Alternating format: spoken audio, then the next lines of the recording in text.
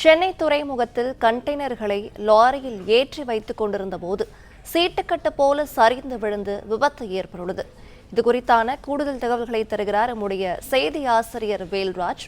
வணக்கம். இது குறித்தான மேலும் விவரங்கள்.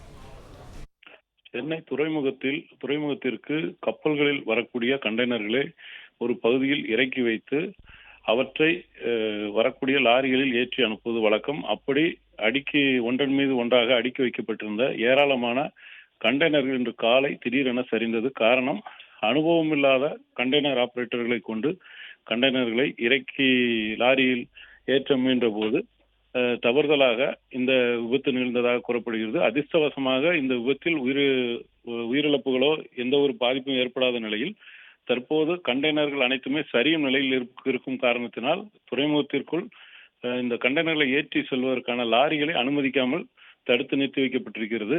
இதன் காரணமாக அந்த துறைமுகம் செல்லும் லாரிகள் செல்லும் சாலையிலே போக்குவரத்து நெரிசல் ஏற்பட்டிருக்கிறது.